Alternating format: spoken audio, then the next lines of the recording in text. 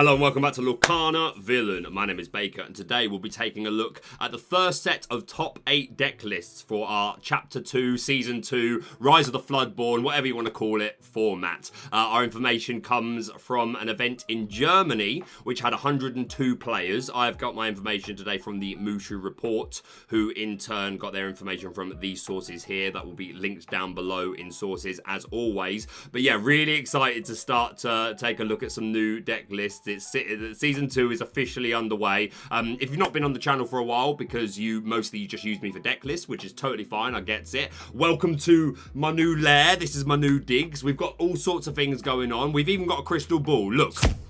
Hello, crystal ball. Anything to say to our viewers today? Oh, yes. Yes. No, quite so. Crystal Ball sends their condolences to anyone that got caught up in the fiasco with the Ravensburger launch of Floodborn product the other day. It was quite the drama. Oh, yes, Crystal Ball. Yeah, that is true. Yeah, Crystal Ball does also say, though, if you sent any sort of abusive message to any of the staff, then you kind of suck. Be gone, Crystal Ball! Wise words from Crystal Ball. Anyway, let's waste no more time and let's take a look at the top 8 deck lists. So very excited to start to take a look at these deck lists. I'm going to tell you straight away, it is a flood, no pun intended, of Ruby Amethyst and Steel Amber.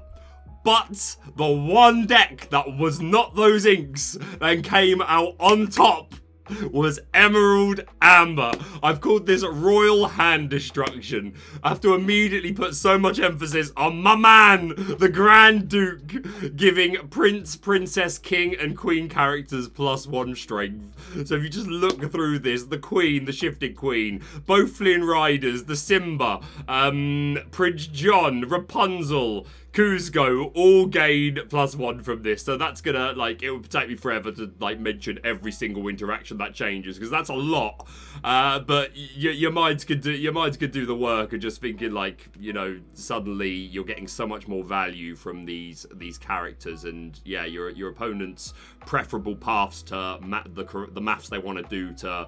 It's not going to work. Maths goes out the window. But yeah, we'll take a look. We've got 4 copies of the Baby Queen and 4 copies of the Shifted Queen. One of the most powerful cards in the game. Straight off the back. Does so much with being able to... the ability being locked to questing. This would be so much worse if it was... exert to use his ability, but it's built into the quest, so you get to 4-3 is a respectable stat line, 5-3 is even better with the Duke, and yeah, just the fact that you can shift on turn 2 and then you can immediately start singing for free the Sudden Chill and the Mother Knows Best that we see and just be dominating the field. So sure to be a regular occurrence for the Queen in future deck lists throughout this format, I have no doubt. 4 copies of the 1/3 Flynn Rider, which I think you'll start to see more of these just because of how strong the Storm Rage on plus Cinderella is. Obviously, we are still playing the Queen. It's still worth it, and the Duke is a 2. There are still things that are going to go down to the Storm Rage on, but I like this, and it's just an extra Prince that's going to become a 2/3. So love it. 3 copies of Simba Bodyguard with that 3/3 if the Grand Duke's on the field. Enchantress is a really strong early game card. 2 cost Inkable, 1/1 stat line we don't care about. Because when we're being challenged, we're 3/1. 2 Lore Pips is really good early game pressure, so we love it. Flynn Rider obviously feeds into the hand destruction that this deck wants to that this deck is themed around.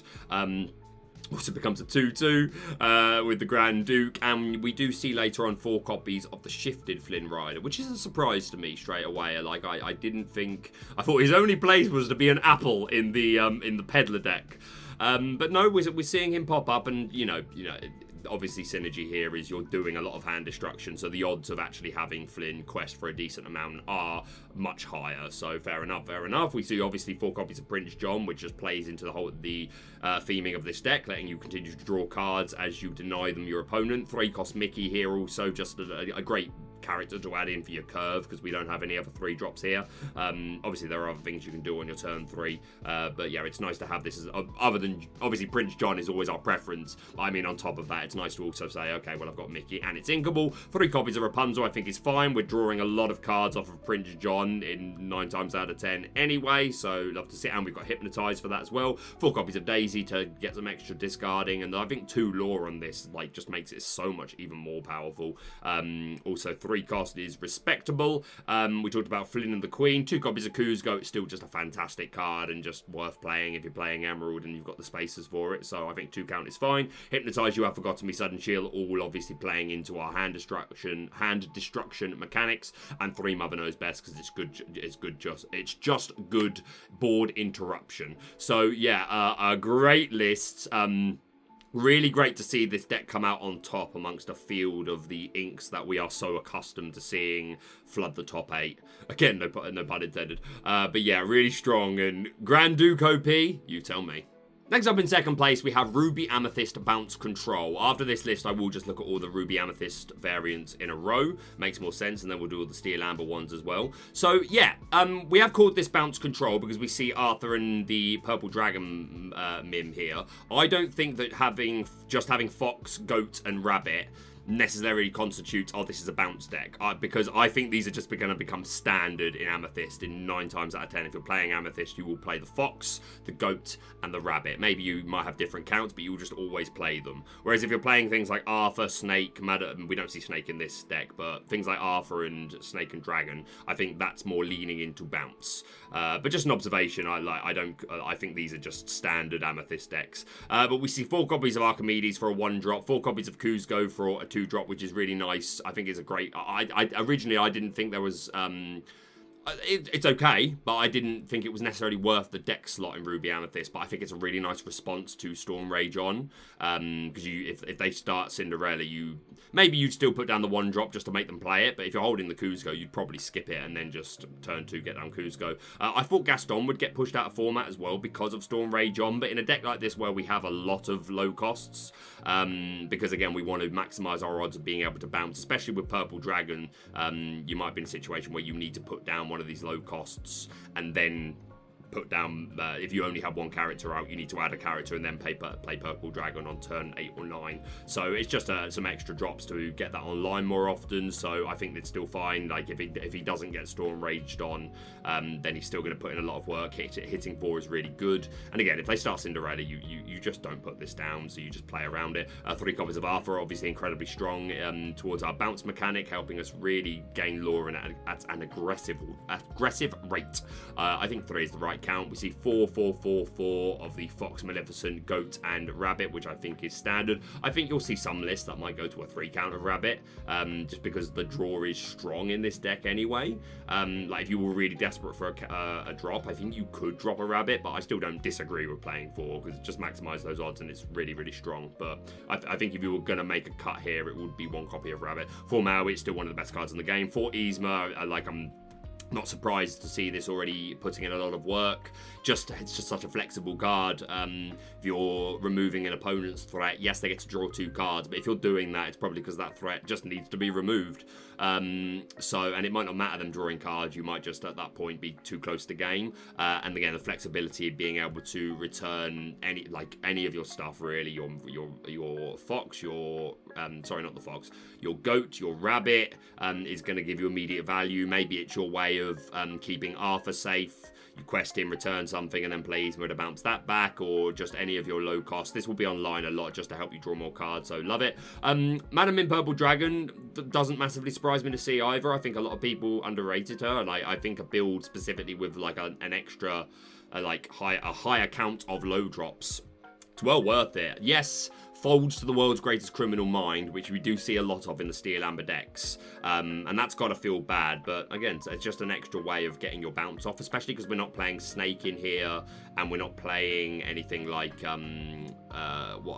it's not called Confusing Signs, it's called Something Signs, the 1-drop item which lets you bounce something back to your hand. It is just Fox and Arthur here, so yeah, I can imagine these put in work, and again, they're inkable. 2 Elves of 4 Maleficent, all the way in on the Dragon's Fire, 4 Friends on the other side, 4 Be Prepared, and 1 copy of the Sorcerer's Spellbook. I see between 1 and 3 counts of this. It is very strong. It's really strong, and it's gonna... there's not a lot of item removal going on at the moment. There is one deck that we'll look at, which is running the Benja card. I think you're going to start seeing more of that sort of stuff. And not just because of a response to the Sapphire Ruby control deck, which isn't in this top 8 list, but I know it's in the top 8 list for Liverpool, which I'm still looking for the full, all those lists, but we'll get to that. But yeah, really strong list, really like that. You notice that we don't see Scar, although we see him in the one of the other decks, the newer Scar. No Brooms, and that's a pattern for all of these Ruby Amethyst decks. Not as much need. It's easier to bounce your resources back to your hand, and you just win the game correct. Ruby Amethyst control has become a lot faster. I think it's got a much better hope in this season because it doesn't need to play as long a game. It can put on pressure a lot earlier. So I think Ruby Amethyst has a much stronger. Not that it wasn't strong enough last season, but it really fell off. But I think the deck in general has sped up a lot, and you're going to see a lot more of it. But yeah, really good variant. Next up in top 4, our next Ruby Amethyst control, I've called Challenge Control, which I think is a fine name for a variant that is running either or of the new Queen of Hearts, the 2-drop, and the shifted 5-drop.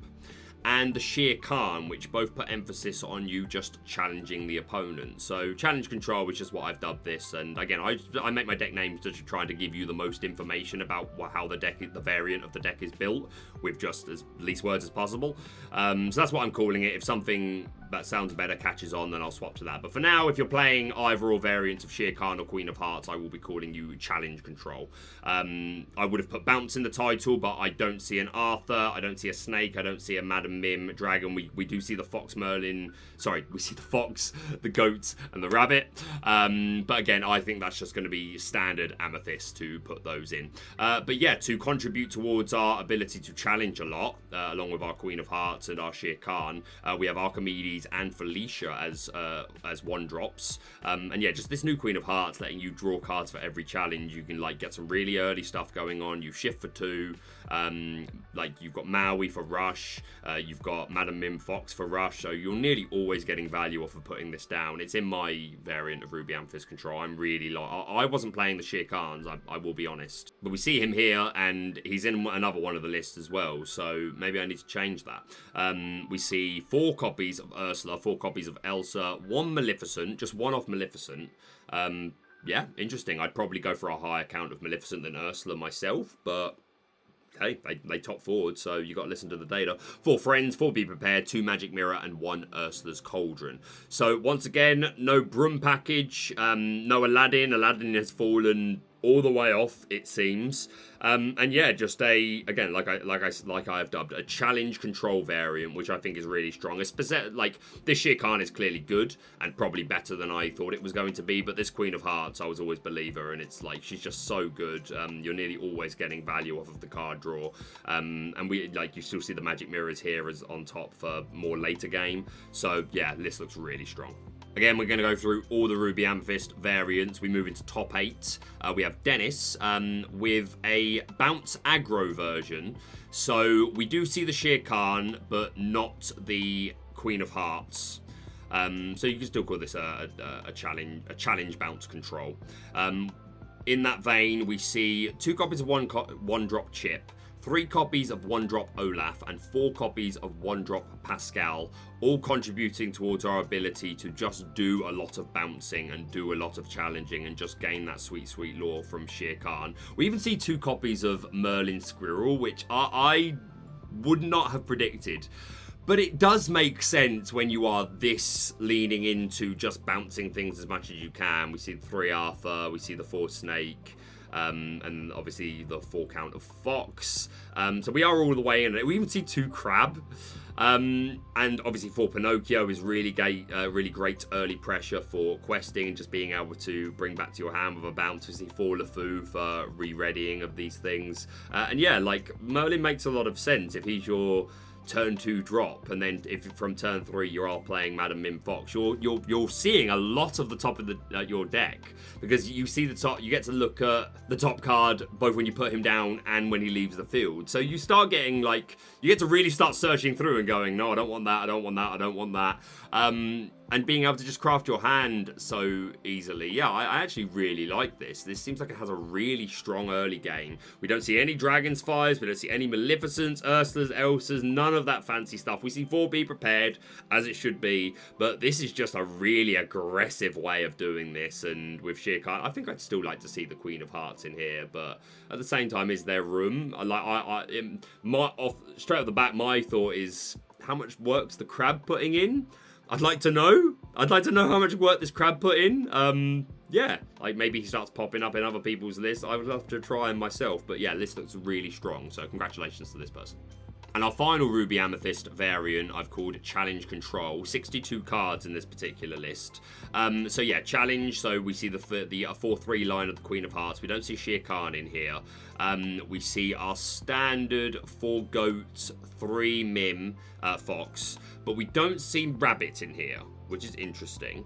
3 copies of Felicia, 3 Mother Gothel to go with our 2 copies of Dinner Bell as being one of our primary draw engines, which I don't hate. Easy to get online, and it has good synchronicity with like the 2 Ursula. We are seeing the 2 Scar in here, 3 Elsa, things like big bulky things. And even if you're just doing it on like one of your lower things like Merlin or Yzma or Queen of Hearts, like just for a couple of cards, that's not always awful. But yeah, there's a lot of targets here to get a lot of value off of Dinner Bell. So yeah, I like it. 4 copies of Yzma we talked about. We do see the 3 copies of Lady Tremaine, who like is just a slightly different Dragon's Fire. You give up the option of choosing and an extra ink to pay for a body with 3/4 that quests for 2 and is something that you can recycle. It's recyclable, like slightly worse Dragon's Fire or slightly better Dragon's Fire, different Dragon's Fire. Lady Tremaine is really, really good. Expect her to be a queen of this format. Friends, be better. 3 copies of Sorcerer's Spellbook in here for really aggressive lore gains. So yeah, 3 quite different, 3 or was it 3 or 4? Either way, all quite different variants of Ruby Amethyst. You know, obviously similar in their skeleton, but slightly different ways of playing it. It's just not like, it's not just the same 60 cards with maybe 1 or 2 card differences. There are different lines of taking this down. So yeah, really strong. Says a lot for the future of Ruby Amethyst in this particular format. So yeah, congratulations to this person. Moving now to our Steel Amber variants. This one is a Rock Songs variant, named so because we are running the Rockstar Stitch and the 4 copies of the Baby. In aiding of that, we see a one drop of the Steel Cinderella. 4 Amber Cinderella is standard to go with our 4 copies of the Storm Rage on, and we see 1 Strength of a Raging Fire. Only 3 copies of A Whole New World. 4 copies of Grab Your Sword is standard. We've got 3 of the Shifted Stout-Hearted Cinderella to play into all these songs and our Baby Cinderella. A 4/4 line of the Queen makes all the sense. 3 Bodyguard Simba to protect things and be food for Rockstar Stitch. 4 Ariel, 3 Rapunzel is pretty much the standard at this point. We see 4 Big Tink, no Baby Tink. Seems Baby Tink has fallen off the face of the world. 3 World's Greatest Criminal Mind. A lot of good targets for this, so I absolutely understand like 3 or 4 counts. That makes all the sense to me. And it's inkable, and these 4 count of 0 to hero. I'm quite proud actually when I sampled Steel Amber songs the other day and I gave 3 variants, and my Rockstar Stitch variant is pretty much this list except the 0 to heroes. I'm not playing any of these, and yeah, like the first thing that really comes to mind is you can get turn 4 Surface Stitch off if you played characters on turns 1, 2 and 3, and then turn 4 ink. As long as someone sings this, probably Cinderella, then that's turn 4 Surface Stitch, which is kind of crazy.